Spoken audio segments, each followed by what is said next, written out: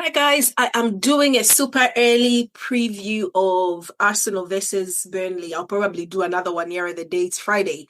But my makeup looks so nice. I thought, I can't waste it on a predictions video. So I'm doing one. So basically, this is two games to go for Arsenal. The other day, Manchester City went, played Palace, and they steamrolled over this team. They steamrolled over Palace. And if you look at the table, which I'm hoping is going to be somewhere on the screen, 2 points, goal difference, everything. I think City have got a goal difference of one on us, and we know the minute they get scoring, they can score more than one. City really, really messed up their own season, to be honest. When they drew with Everton, but we can even see in Everton all the stories that are coming out that they actually should have considered a penalty there. City get away with so much. I wish Arsenal had the same luck. Hopefully, things are going to change soon. But yeah, guys, so hopefully this is how Arsenal will be lining up when we face Burnley on Monday night. David Raya has to start and go.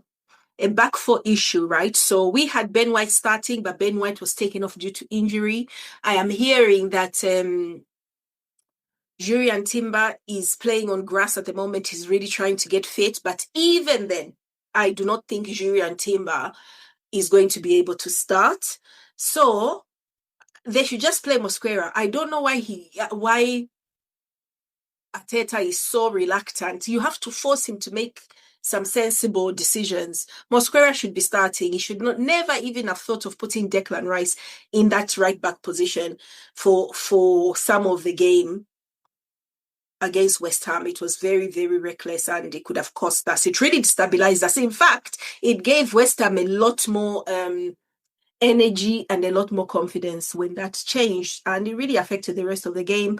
Regardless, Mosquera should start. And then I'm hearing that Ricardo Calafiori, even if he came off injured in the West Ham game, should be fit. Let him start there. He should start, and then we should make sure that Nkapie gets a run out as well. We need to make sure that Nkapie is ready in case we need him for the final at the end of May.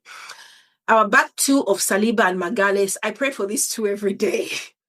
They cannot get injured. They can't get injured at all. Please, you guys, stay fit.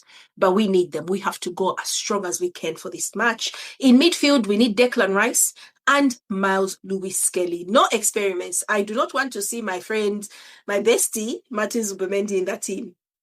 Unless it's an emergency. Let him come on as a sub. In fact, don't even bring him on as a sub. Let him rest. You can let him rest for now. I'm not attacking him. But yeah, I don't want him anywhere near this midfield. We don't need that. Unless he can play a number 10. And then, of course, we need Saka, Eze, and Leandro Trossard in that order to start. And Gyökeres up front. Do not even play with that combination. We all know Bukayo Saka is not playing full matches. So, of course, in the probably like half-time, depending on how we do in the first half-time, 60 minutes, let's get Martin Odegaard on there. He changes the pace. But I've got a feeling that Odegaard might have to be put in there. My only problem with Odegaard is his fragility. He gets injured so easily. So it might be worth just keeping him in to bring him to be a game changer, to come and change the game for us, to win the game for us. Do not risk him starting him due to his propensity to get injured so easily.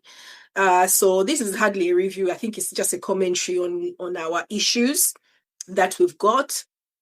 Let me even see. Let's have a look at the rest of our squad just to see what other options we have got in terms of squad players. In terms of defenders, Yajuri and Timber injured. Calafiore seems to be in and out. Marley Salmon is an emergency, complete emergency boy. He's really not even ready, I think, after watching him at, is it Mansfield? He's not ready. But we need him in case, push comes to shove. Midfield, of course, Martin Odegaard, who our player of the match. Honestly, that guy, I've said it before, without Martin Odegaard, we do not have the same kind of control in terms of leadership, like him controlling the match. The boys play well, but you don't have this guy saying, guys, put it here, put it. We are under pressure. We need that kind of leadership in certain phases of play. And I feel we look better every time we play Martin in there because I think everyone respects him as the guy who knows what is supposed to be happening. Christian Norgard, I feel so bad for this guy. I wish we could give him a run out before the end of the season. He needs to be playing. He needs to get a few minutes, bring him on as a sub, but I don't think there's an opportunity for him in the next 2 games. Mikel Marino, we know he's playing on grass, but he probably won't be ready for the team. I hope he is. Zubimendi should be on the bench for sure. He can come on and probably not help us win the match, but make sure that nothing goes wrong. I think he can do that. Declan Rice, of course, is amazing. Dowman, oh my goodness, I've forgotten about Dowman. But for me, you guys, it's the same thing you guys were insisting on when we sent Waneri off to France, to Marseille. For me, Max Dowman is still learning. He just doesn't have the physicality yet.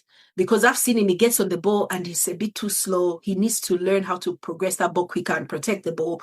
I've seen him dispossessed, but when you give him a chance, especially in a league where people don't know him in a less physical game, I think he does really well. Bring him on. We've got the option anyway to bring him on if things are going wrong, but probably not against Burnley. I can't see him playing that game. Attackers, Saka, of course, Gabriel Jesus, for me, this will be the end of his road. His injuries really messed him up. I never really appreciated the way he plays. He's not my kind of player.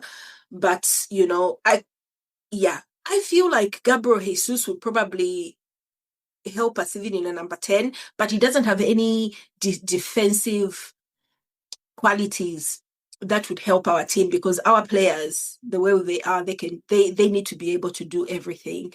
And Gabriel Jesus, sharp in those pockets, but in the games that we've got, I don't think we really need him unless we get too many back fives. Maybe he can come in.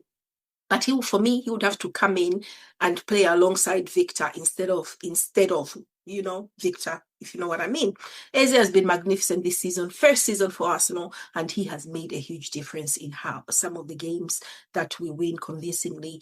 For me, possession-wise, he is not the best. I don't feel any more in control of anything when he's playing, but he adds a definite positivity. He can progress the ball. He gets the ball. He's looking forward. We've seen examples where he's being asked to pass backwards. Oh, you got the ball, make it safe. No, he has spotted the run. He's telling his striker, Victor, you better make that run. I'm going to find you. And if he can improve on that next season, guys, will be hard to beat. I have to confess, I miss Gabriel Martinelli. I miss the suffering I went through with Gabriel Martinelli. This is such a pacey, amazing little player, but he has got a big weakness. His finishing is atrocious. His decision-making. And the thing is, he plays on the wing. Put my Gabriel Martinelli centrally, and you are cooking on gas. But we've got Victor Gyökeres there. I think we just don't know what to do with him positionally. If we start him in the final of the Champions League, that would be a game for him. A game for him would be a PSG game. I think he would be absolutely sensational in there because he can defend. He's got the engine. He can do everything. Victor Gyökeres, for me, he's scored at least, I think, 21 goals so far for us this season. It doesn't look like he has done it because, of course, the threshold for support in the Premier League is so high, isn't it? And also Arsenal, we're under a lot of scrutiny, but I think he's done well considering he's scoring goals that basically we're not scoring last season. Noni Madueke for me is my best friend. I support Noni 100%. The last few games since he broke his arm or fractured his arm, whatever happened to his arm and that cast, is when I have seen some of the gaps you guys have been seeing. But I just think that he held the fort down really well when Saka wasn't around. But yeah, for me, he's chaos. He's chaos. But I can see the difference now between Saka, what Saka brings and what Noni brings, because if Saka had the opportunities that Noni creates for himself to get the ball into the box, I think would take over the world. Would have won the league by now. Would have won the league in January.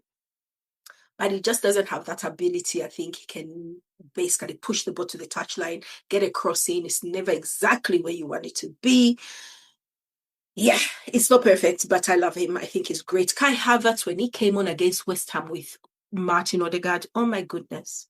Some of the touches, some of the understanding, some of the technical play came back in and we looked really, really good.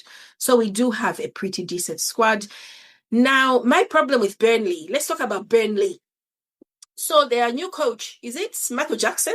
What's his name? Yeah, Mike Jackson. This guy starts giving interviews saying that, oh, I hate that people are counting us out already. We are going to do the most to try and win the match, even if we're relegated. And I'm thinking, what is wrong with you? So I've got a feeling he's a Spurs. He's an anti-Arsenal guy as well. So he is definitely going. And then Kyle Walker plays for them as well. So they're going to go back five. Two bags of five is what they're going to do, isn't it? They're not good at. They're just going to make sure we suffer through it. But we need to be as diabolical as we can.